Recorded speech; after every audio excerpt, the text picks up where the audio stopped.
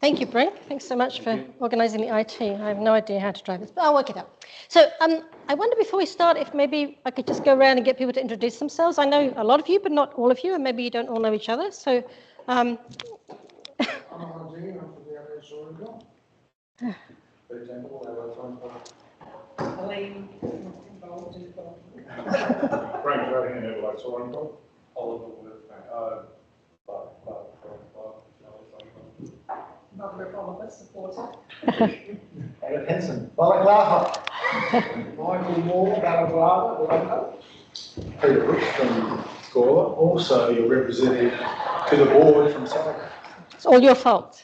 Peter Sachs from Adelaide Soaring Club.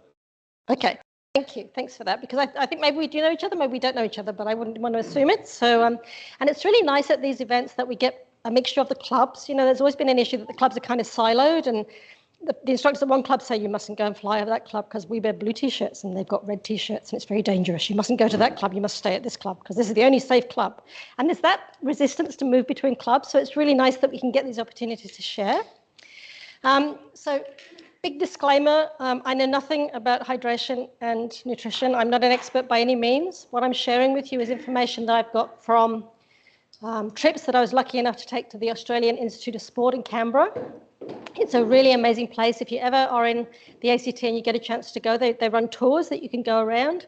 You will feel quite inadequate once you get there because it's full of these really super fit, super young Olympic athletes, and you feel like you want to hide in shame because you're not fit enough, but it is really amazing. And if you go to the cafeteria, you know, every meal has this many percentage fat and this many percentage protein and this many calories, and it's just an absolutely amazing place. And so I would definitely recommend that you go. When we go with the team, we mainly go for psychology, but we also get help with nutrition and things like that. So this is where this information is coming from. So I'm by no means an expert, but I think it's interesting. So at any time, please try and make this interactive. If you've got any questions or if you think I've made a mistake or a misstep, please pull me up because I want to make it more interactive if possible, not death by PowerPoint. Help. I might be pushing the wrong button.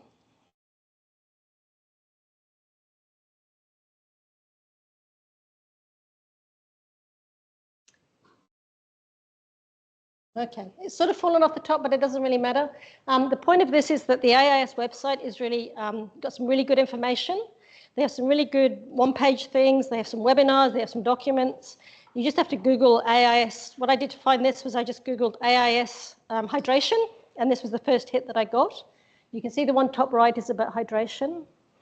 When we go to the IAS, they're always a bit puzzled at first. They're always a bit confused as to what they should tell us. They say things like, well, if you're in the cockpit for 3 hours, maybe every half hour you could stand up and stretch your legs and have a walk, right? And so we have to educate them as to what it's about. And then when they actually understand what we do, they go, wow, that's amazing. You guys do that? And then you do it again the next day? And then you do it again the next day. That's unbelievable. They're absolutely blown away by the effort that we're able to put in and the concentration that we can maintain. And they say that the closest thing that they can relate to from their point of view is Formula One racing. They say it's very equivalent to that because although there's some physicality with that, it is mainly a mental game.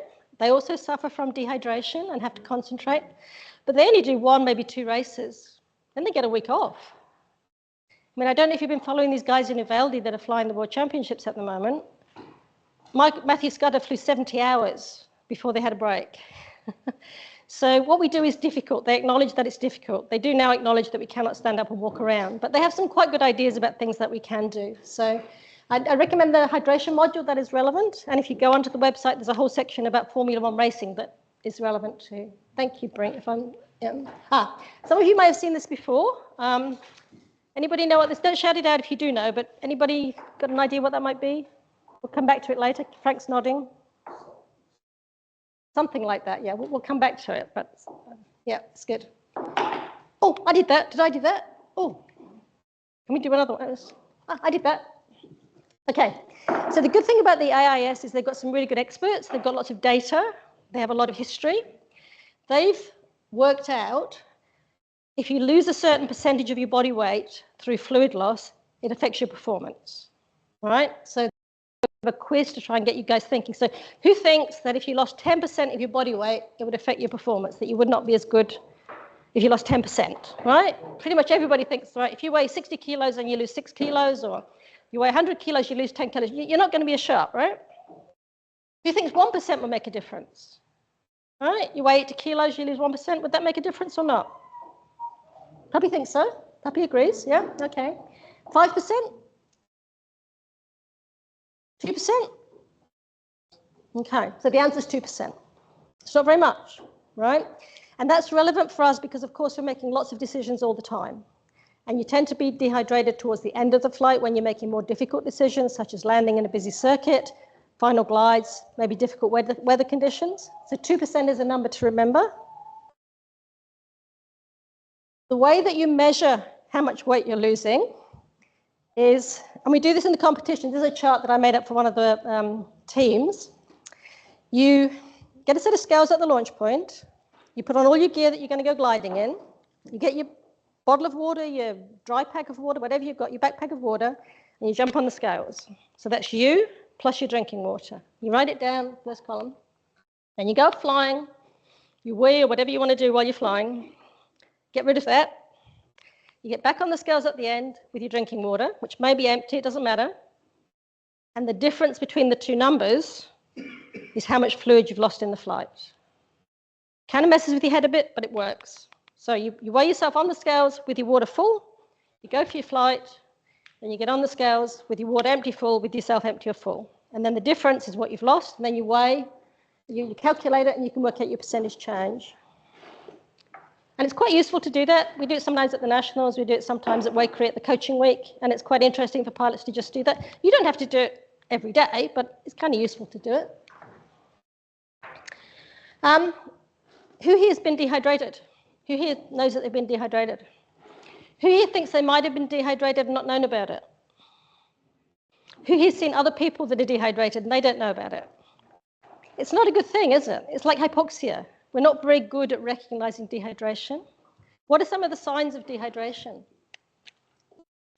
Headache? Yeah, that's kind of a later thing. You can get a headache, that's for sure. Yep.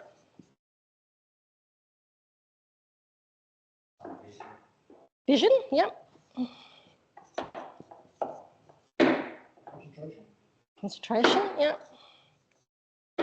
What else? I'm sorry? Dark urine. Dark urine, yes. Well, that again can be later.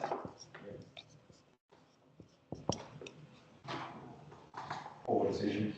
Poor decisions, yeah.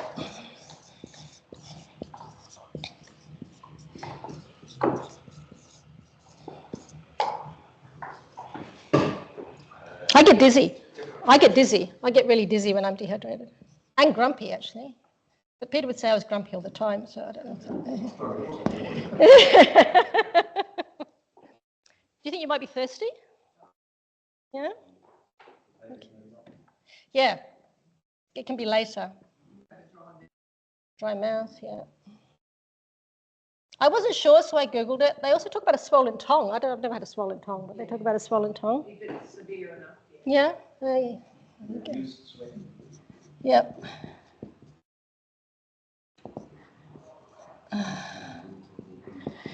Which of these are you going to notice while you're flying along in a glider? Are you going to notice that you've got a swollen tongue? Probably not. Are you going to notice that you're grumpy? Probably not. You might notice dark urine, I suppose, if you're paying attention and you've got a clear bag, but you might not. Headache, you might notice, I suppose. Vision loss, you would probably notice. Would you notice that you're losing concentration? No, it's like hypoxia, you don't know, yeah? Poor decision making, would you recognize that? No. Thirsty, you probably would recognize that, but that's a bit late, yeah? Sweating down, you might notice that. So there aren't a lot of clues. There's not a lot to tell you. Hey, I'm thirsty. There's nothing that, that little flag comes up or something on your phone tells you. You're not going to notice that you're thirsty or that you're dehydrated. So you've got to be proactive about it. You've got to do something proactively to stop these things from happening. But you can also do it to help other people. You might be at the launch point. Someone's been running around launching gliders. Thank you. Running around launching gliders, and they're getting dehydrated and they haven't noticed. You can take over and say, hey, come and sit in the shade for a while. Come and have a sit down, have some something to drink, right? So you can actually positively help other people. It affects some pilots more than others. So that chart I talked to you about, we did it for one of the, Lucky, stop it. We did that for one of the teams when we were training at Narromine, I think. And Peter, it turns out, is a bit of a camel. Peter rarely loses more than 1% when he's flying. He has problems with oxygen, but that's a different matter. But with water, he's pretty good. So he doesn't really tend to get dehydrated. Bruce Taylor, on the other hand, we had to redo the maths several times because we were sure that we had made a serious mistake. He lost 7%, right? 7%. I know that's a bit of an outlier, but that's a lot, isn't it? And so recognizing that, he was then able to take steps to stop that and to reduce that.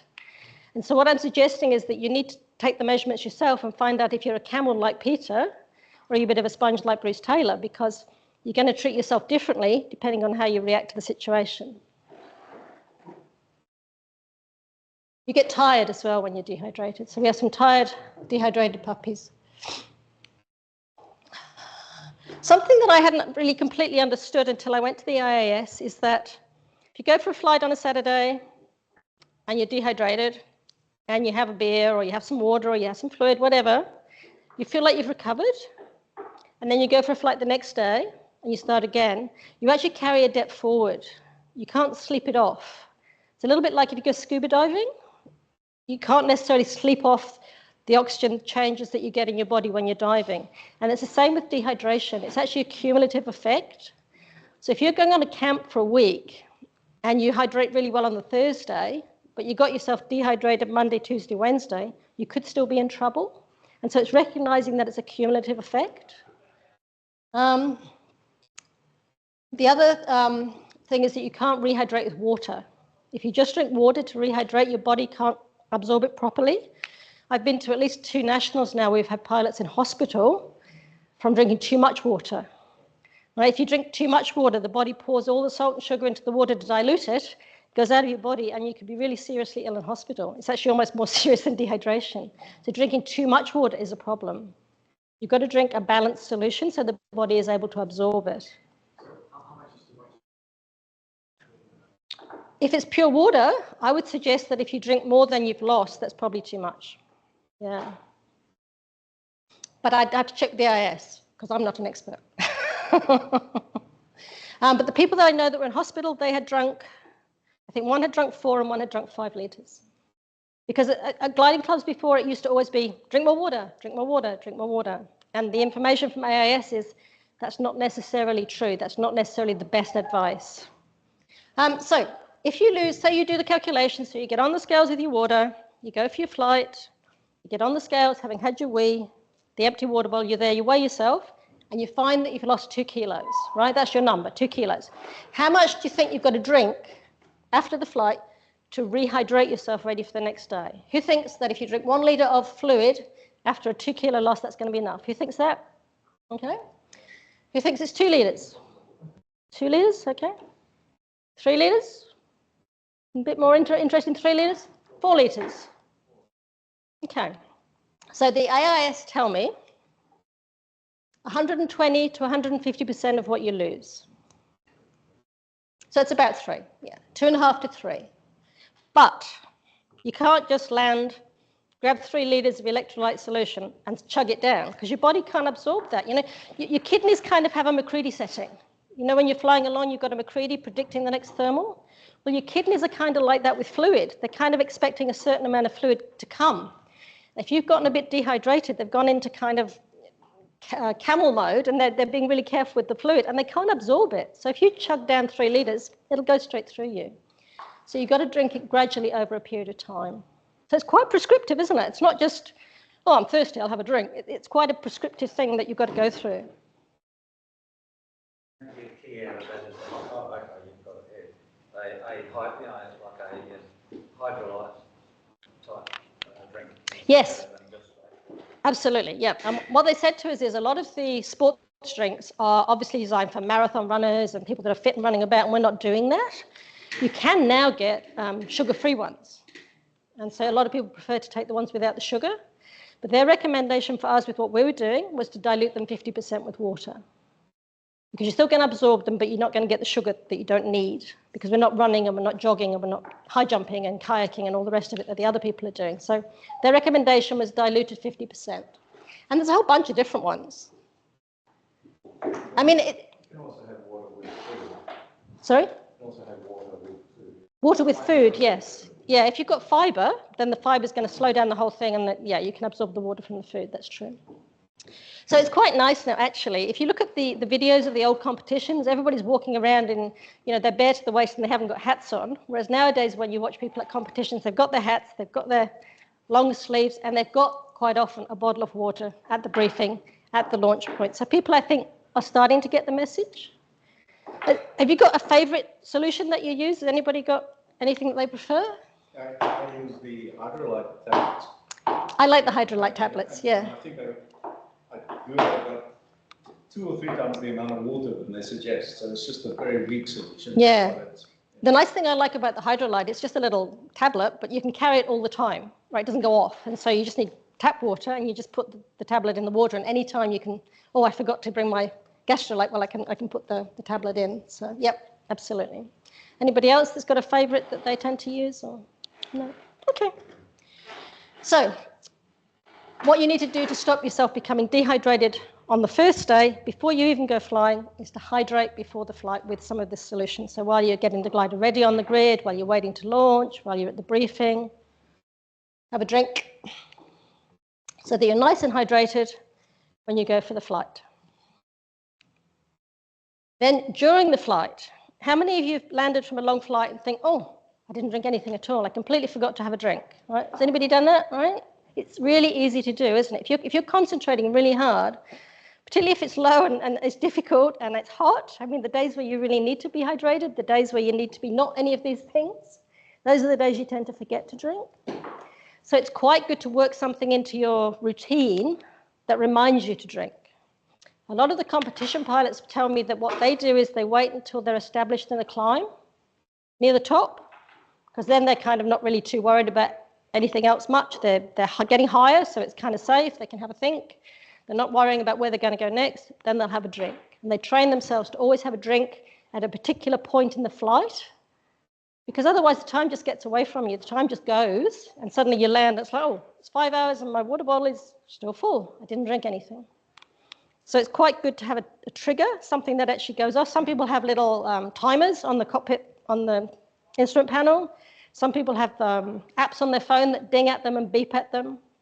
The trouble with that is it might not be at a convenient time. If you're at 1,000 feet trying to climb away and this is it, have a drink. You're not going to pay attention. But if you have a routine that when you're climbing in more than 2 knots, you have a drink, that's probably a good thing to think about.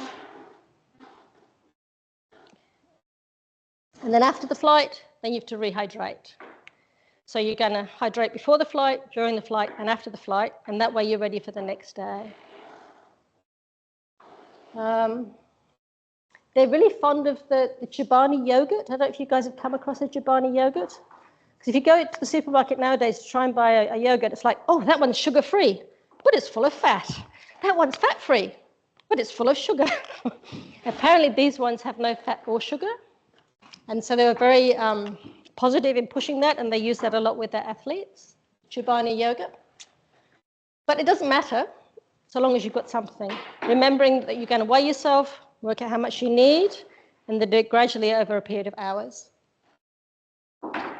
So, anybody now remember what this might be? Anybody thinking what this could be? Kidney stone. They're really bad, really painful. What you can't probably see is, but these little prickly bits, they're like little fish hooks.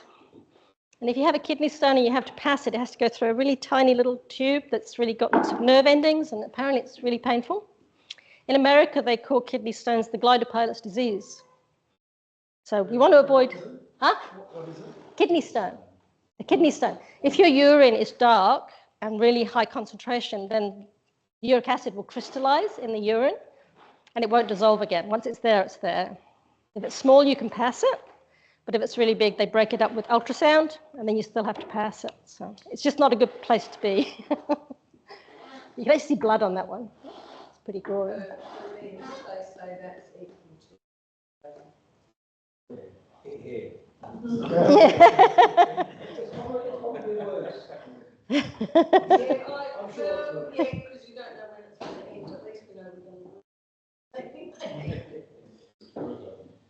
Yeah, we get president at the end. Yeah, so that's what we're trying to, I mean, we're trying to avoid all of this as well, and we're trying to avoid you making bad decisions, but there is actually a health outcome. And I've known a few glider pilots. I think Mike Maddox actually had a few. But anyway, and it seems that once you've had one, you're more likely to get another one. I'm not sure if that's because you have bad habits or because your kidneys learn bad habits, but it's not a good thing to have. So we want to... Right.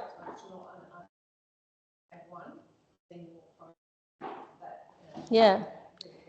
And maybe those are the people that are like Bruce Taylor with their 7% fluid loss. Maybe that's part of what it is.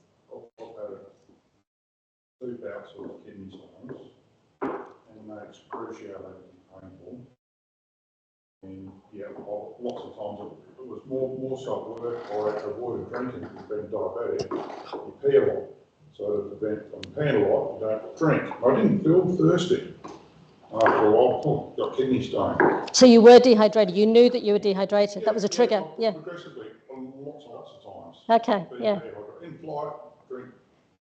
Yeah. But Patrick Peerless, he's had kidney stone as well. And probably I know Scott Percival had really bad kidney stone. He'd avoid drinking, and Mike and Carol Borgel had to take him off to hospital. After a flight, he got a kidney stone. I mean, I guess that's something to stress is that a lot of glider pilots don't want to drink because they don't want to pee in the cockpit. And that's really bad. That's really a bad thing. If you can't pee in the cockpit, you need to figure that out and work out a way of doing it. There's lots of systems, there's lots of different ways of doing it, lots of solutions and lots of options, but don't ever think, oh, well, I'm not going to have a drink because I don't want to have a wee, because you'll be in trouble. Are the kidney stones related to just not drinking enough, or it's also not urinating enough as well? No, it's not drinking enough. It's got nothing to do with holding No, it's just the dark colour of the urine. It's like, you can imagine if you've got salt water and you boil it, you get salt crystals. Effectively, that's what's happening in your kidneys. You've got the urine, and as you're getting more and more dehydrated, the uric acid is precipitating. Yeah, and from what I understand, these can come quite quickly. You can be perfectly okay one day, and the next day have quite a large kidney stone, or several kidney stones. So. One of the things I found online was try to recover the stone to analyse what the salts were, because different people will produce different range of salts in their urine. Interesting, I didn't know that. Okay, yeah. And when you had yours, were you dehydrated? Were you aware that you had done something, or was it? Well, again, I've had a couple of bouts, but one day fine, next day. The problem, I won't go back over the fact that I couldn't recover the stones well enough to analyse what the salts were. I take Progel. Oh yes, yeah. Every second day. Certainly, prevention is better than cure. If you can do all the things we've talked about, I think are here. Hydrate prior to flight, stay hydrated during the flight, and rehydrate after the flight. If you can do those things, particularly if you've got a few days in a row where you're going to be flying, then you can avoid the problem in the first place. Not just the kidney stones, but all of these things, making bad decisions. There's often incident reports, aren't there? And the pilot says, "Oh, I just don't know what happened. I can't remember what happened." Who was Richard Frawley? That was quite a famous one, wasn't it? He crashed. He stressed as well, but it was. Yeah, so he had RLS8, and he actually was videoing with a GoPro and outlanding, and he turned and lined up on the paddock to land, and then without any particular reason, he just veered off right and landed in the treetops and rode off the glider and had some serious injuries to his legs. And when the people from the farm that came to him later on, he was just drenched in sweat, completely drenched in sweat. So it wasn't just dehydration, he had heat stress as well. But if he hadn't had the camera, perhaps we wouldn't have known what had happened. It wouldn't have been obvious why he'd suddenly flown into the treetops. But he was perfectly lined up for a nice outlanding, everything was fine, and he had no recollection. He couldn't remember what had happened. And there's a few, if you think back over time, there's quite a few incidents where, oh, I don't know what happened. I think about that guy at Waikerie, where they thought it might have been hypoxia as well. Hudson, Grant Hudson. He'd been on a long flight, it was a hot day, good pilot, very experienced, just stuffed up, just he had no idea what happened, no idea why. He just made a bad decision at low altitude, and luckily he was okay and he walked away and he's still flying today. But I think we can all remember or think about those situations. And I don't know, sometimes you get out of the glider and you think, oh, I was okay, but actually I'm not okay now I'm out of the glider. I can see that I'm not actually as together as I thought I was, because you can't really monitor this, but the body's not very good at telling us there's a problem. Okay, that's kind of the hydration part. Is there anything else, any questions or anything about hydration that you guys wanted to? Okay. So, I have a question. You talk about weighing yourself to know if you've been drinking enough, but is there anything you can do along during the flight to know you're on the right track? I mean, it's too late now. Once you're flying to figure out that you have a before. I think when you're flying, you've got to do the measurement first. Sorry, step back. You need to do the measurement first to find out how much you need to drink. Right? If you're like Peter and you're a camel, it's not so serious. Right? If you lose 1% on a 5-hour flight, it doesn't matter. But if you're like Bruce and you're losing 7%, then you've got to be really diligent and maybe even fly with Gastrolyte or Hydrolyte or a sports solution, and almost keep a chart and make sure that you drink half a litre every half hour or something. So it's an individual thing. That's experience, so you based on previous flight. And the measurement, because if you're drinking a proper solution, an electrolyte solution, you'll absorb it more, and you'll find that when you weigh yourself, the weight is steady. So you've got to kind of iterate, I guess. Yeah, but it is an individual thing. It's different for each person. So you can't, although I said it's prescriptive, but within parameters for each person because there's individual variation. Is that going to also be affected every time? Like if you're, if the weather, like flying this time of year, it's not going to be as bad as if you're flying in the middle of the summer. I guess it's exaggerated. But you can still have difficult flights in the winter, so yeah. But it's certainly going to be more exaggerated because you spend more time on the grid getting the glider ready, if the launch is delayed, if canopy shut ages waiting for the tug, there's a knot in the rope. There's a lot of different factors that can make you dehydrated. So. Puppy agrees. Maybe. Have you noticed on one of them said like 50%? Yeah. Some of the new sports drinks and diluting it purposely. Yeah, absolutely. And a lot of pilots fly with that. They'll actually fly with a diluted sports drink rather than water. Yeah. Because if you drink that, you're more likely to keep it. You drink the water, it's likely to go straight through you. The straight sports drink is... It's too much sugar. Yeah, that's the advice from the IAS, yeah, because it's designed for athletes that are really physically active all the time, and we're not. But it'd be interesting to hear any feedback from you guys, like in the next season, if you do what we suggested and weigh yourself and change your behaviour a little bit, change your practices. It'd be really interesting for me to get some feedback as to how it worked and what your numbers were and how you find it in practice. Is it something you considered before or even thought about before? Okay. Yeah, okay, I think it's quite important. I think it can make quite a difference. So the second part of the talk is about nutrition. But it's not a general nutrition. I'm not going to tell you to eat more vegetables. It's about a couple of things that came out of the IAS about certain things that they feel is interesting and important. They were really excited about beetroot when we were there. Apparently beetroot's got all sorts of special qualities, and they were feeding all their athletes beetroot. And in the restaurant, every second dish had beetroot in it. So every so often they find a superfood. And the time we were there, the last time, beetroot was the superfood. So I can't recommend beetroot particularly, but they were very excited about beetroot. They told me that to stay hydrated and to be efficient and to be on top of your game, you need protein regularly. I hadn't known that.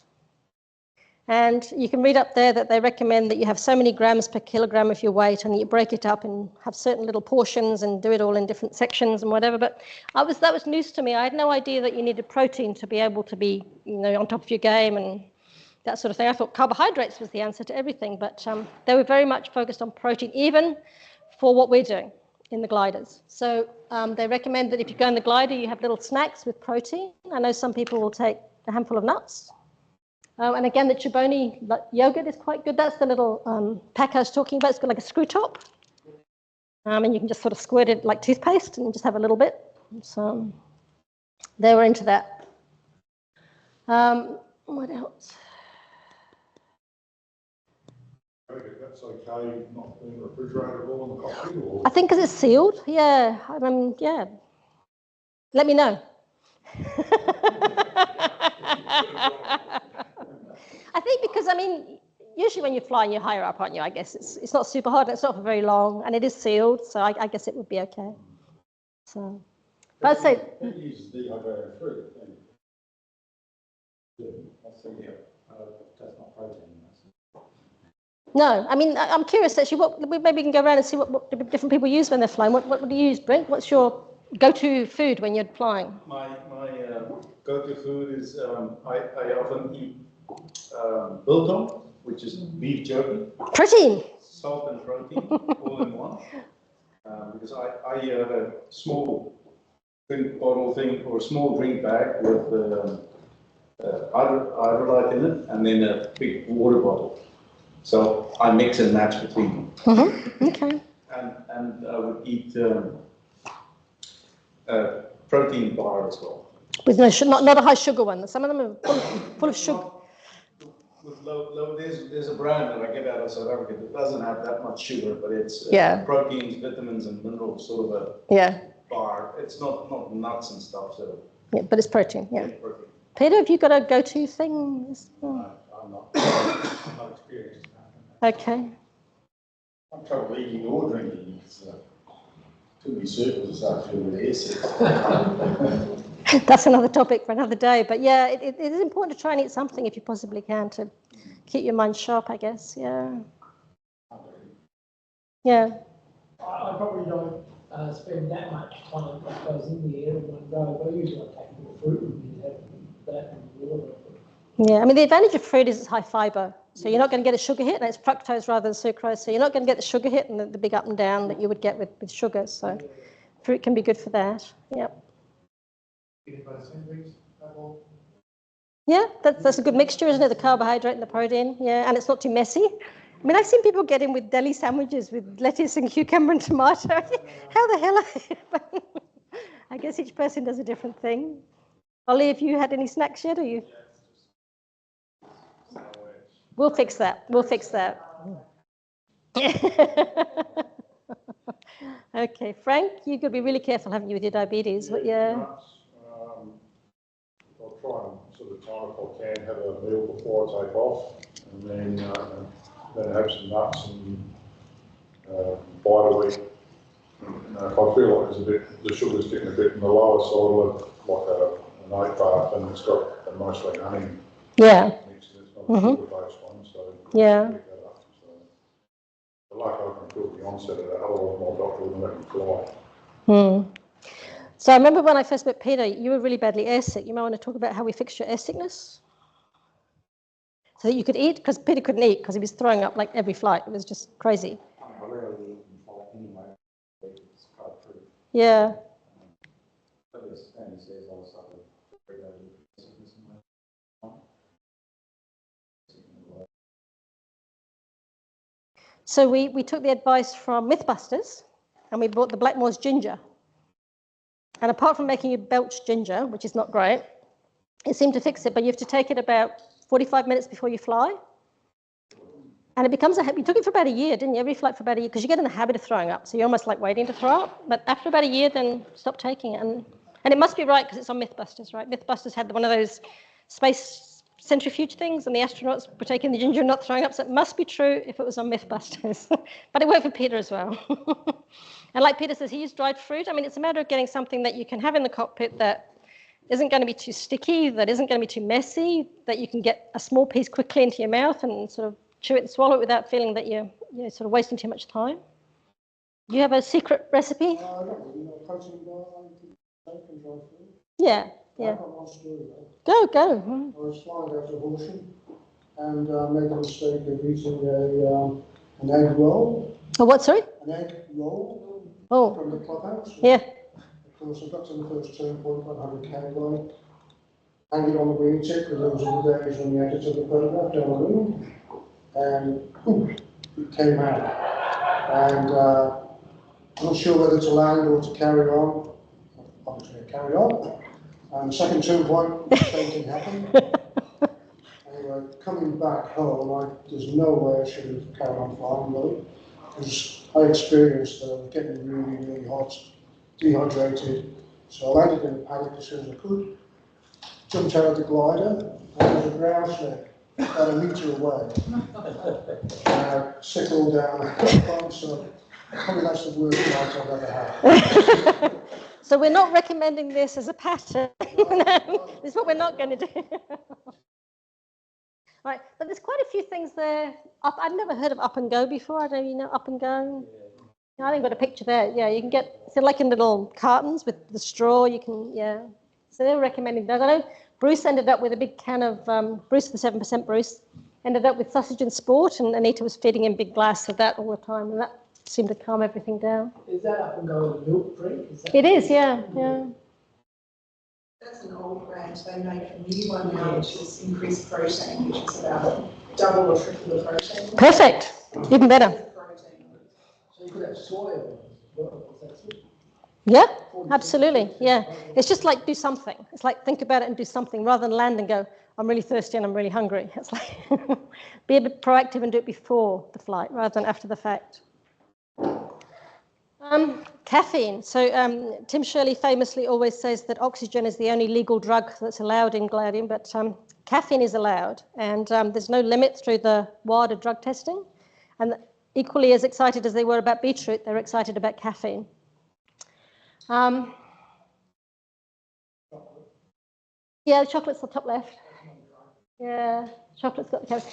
What they said was, again, there's this prescription because they've done the research and they've got the data. 1 to 3 grams per kilogram. And they said, definitely don't start with 3 grams per kilogram because you might be in trouble. Start with 1 gram and see how you go. And if that's okay and you're not shaking too much, well, then you can try 2 grams and you can build up from there, but maximum of 3 grams. It gives you a bit of a boost, helps your concentration, helps your focus, takes a little while to come into effect, and lasts for a certain period of time. And again, you can use whatever you like. The competition pilots tend to use, you can get little strips, it looks a bit like chewing gum that you can chew, or there's the no-dose tablets. There's a whole bunch of different options and ways you can do it. The way that the competition pilots use it is they'll do it as they're getting close to final glide. Because at the end of a long competition flight, it's going to be busy when you get to the airfield, you're going to be doing straight and landing, you might be a little bit tired, you might not be at your best, you might be a little bit dehydrated, and so they'll take something like that before they start final glide. Peter, you're looking puzzled. Do you have a comment? I'm wondering why there's 36 grams of caffeine in the coke. 38, isn't it 36? 36, yeah, 36. It's a big can. 10% caffeine. I think kilograms. That's a, okay, so the AS aren't perfect. I'll let them know.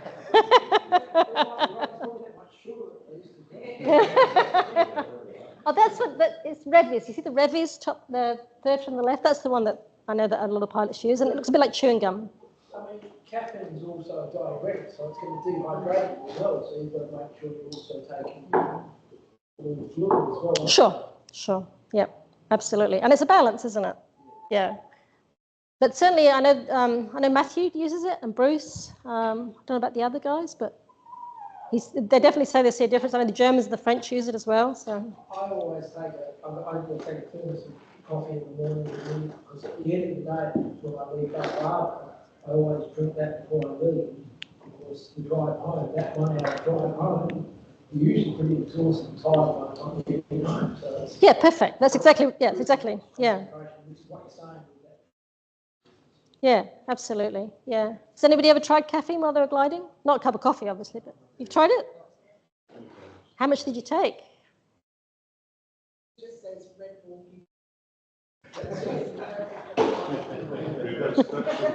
That's more like milligrams of just what's on. It's 36 milligrams. Yeah, it's interesting because I mean the other ones all say milligrams, don't they? Yeah. They forgot them. Yeah. Yeah. I thought it was actually a myth. Concentration goes from caffeine. So you think you can concentrate better, but in fact you can't. That's the second one. I guess it doesn't matter why it works. If it's a placebo effect, I guess it's okay. But the AAS, like I say, they're the experts, and they've done the studies, and they do this thing where they're pushing buttons or they're catching balls and then they get them the caffeine and they do the test again. And driving a car, they say you can have coffee at night. It doesn't help because it does. Okay. Yeah, like I say, I'm no expert. I'm only relaying the information, but they certainly had data. So. And you can imagine, can't you, if it's a long flight and you haven't drunk enough and you haven't eaten enough and you are a bit tired, and of course as you get lower it's getting hotter, and if the airfield's busy and you're doing a straight-in approach on a marginal glide, that's when you want to be at your sharpest. So these are all tools that you can use, I guess. Okay, I think this is just another fact sheet from the AAS. And again, you can just Google AAS caffeine and it gives you all the information. There's some really quite nice documents which don't have too many words. You know, they've just got the key facts. More there. Yeah, that was it. That was all I had. Okay.